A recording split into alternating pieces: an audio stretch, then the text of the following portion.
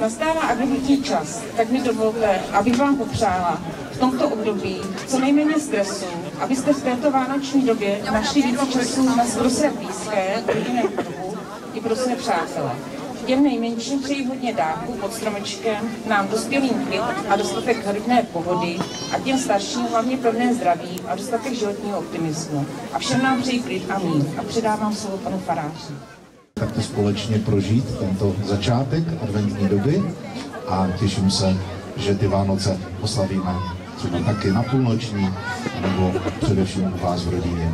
Děkuju vám moc a přeju příjemné čekání na další významného hosta, kterým bude asi také patron naší farnosti a děcka už asi tuší, kdo to bude.